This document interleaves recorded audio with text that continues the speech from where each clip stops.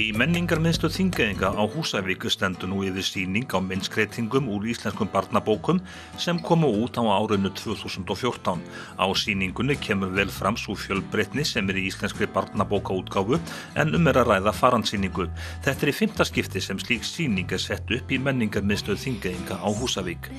Já, í rauninni þetta sýning sem byggir alltaf á sama grunni. Það menningarmiðstöðin í Gerðubergi sem setur upp þessa sýningu og gerir það einu svona ári og ég held að þetta sé 13. sýningi sem þau setja upp á þessu tagi og hún gerð þannig að það eru teknar myndskreytingar úr íslenskum barnabókum og það settar upp sem sýning og bækurnar settar með og okkur fannst strax mjög skemmtilegt að fá þessa sýningu í desember þegar jólabækurnar að koma inn á bókasafnið sem á sömu hæð og þetta svona eitthvað sem dregur börn að og fjölskyldur og virkilega gaman að fá hana hingað einu svona ári og í desember þá. Og við höfum fengið að halda því og við erum alltaf síðasti staðurinn sem fær sýninguna hverju ári. Myndefnið fjölbreytt þegar maður skoðar sýninguna? Já, það mjög fjölbreytt og aðferðina til þess að búa það til að skapa myndirnar eru svo ólíkar. Og það það sem við erum ofta að benda börnunum á sem koma í heimsóknir.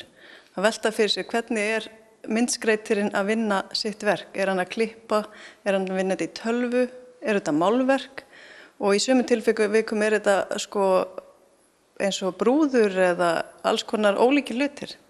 Þannig að þetta mjög fjölbreytt. Krakkarnir sem að koma og skoða, hafa þau tjáð þau sig eitthvað myndirnar?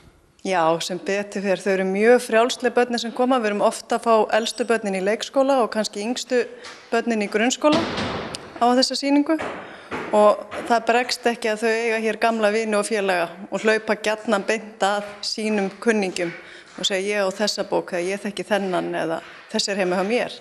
Og svo líka það sem einstakt í þessa sýningu að sum börn geta dvalið alveg langtímum saman og þau hafa enga þörf fyrir annað heldur en það að skoða myndirnar, kíkja í bækurnar og hafa enga þörf fyrir leiðsögn eða umræður við nokkurn mann. Önnur börn vilja vera í hóp, skoða saman eitthvað, fá einhverja leiðsögn og útskýringar og mér finnst það svolítið sérstakt þegar koma þessi sýningu. Þetta hafa það mismunandi til þeirra. Hvað sýnist þér barnabókaútgáfu? Gróska? Já, mér finnst það. Mér finnst gaman að fylgjast með hvað kemur mikið af nýjum bókum, hvað eru fjölbreyttar, efnið fjölbreytt og eins og segi þetta börnin þekkja sem hlýtur að segja okkur að þau lesa og það lesið fyrir þau.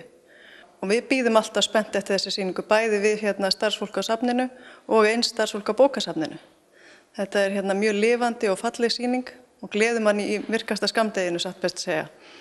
Þegar þú ert að fylgjast með börnunum og tala við þau, mikið lesið fyrir börn heldurðu? Já, ég verð ekki vör við annað. Miðað við það eins og ég segja að þau þekkja sögurnar, þekkja bækurnar og börn kunna almennt að hlusta og það svo stórkostlegt með sögur að þau eru auðvitað það sem nær börnum alltaf. Ef þú ætlar að fræða börnin og kannt góða sögu, þá nærðu athyglinni óskiptri. Og við höfum í sömu tilfellum tekið ákveðna bækur af sýningunni, stækka myndirnar upp og varpa þeim á skjá og lesið úr bókunum og þá sitja þau alveg límt yfir því. Sif segist líta á slíkar sýningar sem kennslu, safnakennslu. Já, ég lít í raun á allar heimsóknir barna og í hópum. Þetta alltaf fræðsla og við leggjum mikla áherslu á fræðslu hér á safninu og tökum á móti hópum í skipulaðar heimsóknir á allar okkar sýningar, bæði þetta fast inn á grunnsýningarnar.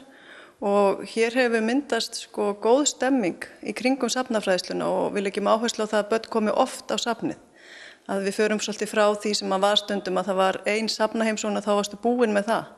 En hér stutt til dæmis, Þingeyjarsýslu stór og við þjónum allir í Þingeyjarsýslu.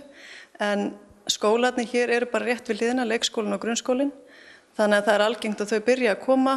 Minnstu krakkarnir sem eru að koma eru ofta á fyrsta eða öðru ári sennilega. Og þá byrjaðu þau að upplifa safnið og svo hægt og rólega bæti maður inn fræðslu. Og við leggjum alltaf áherslu á að skoða afmarkaðan hluta. Það að skoða sömu sýninguna 20, 30, 40 sinnum en þú skoðar alltaf bara afmarkaðan hluta og velti fyrir þér ákveðnum þáttum. Og það einstakt að fá einn krakka sem eru kannski komin í 4. og 5. bekk og hafa komið 3, 4, 5 sinnum í safnaheimsóknir. Og svo leggjum við áherslu á að þó þau komi hingað og við tökum á móti og séu með fræðslu þá eru þau alltaf velkomin til að koma og bara skoða það sem vekur þeirra áhuga í hvert skipti. En ég legg áherslu á það að þetta hluti af okkar fræðastarfi.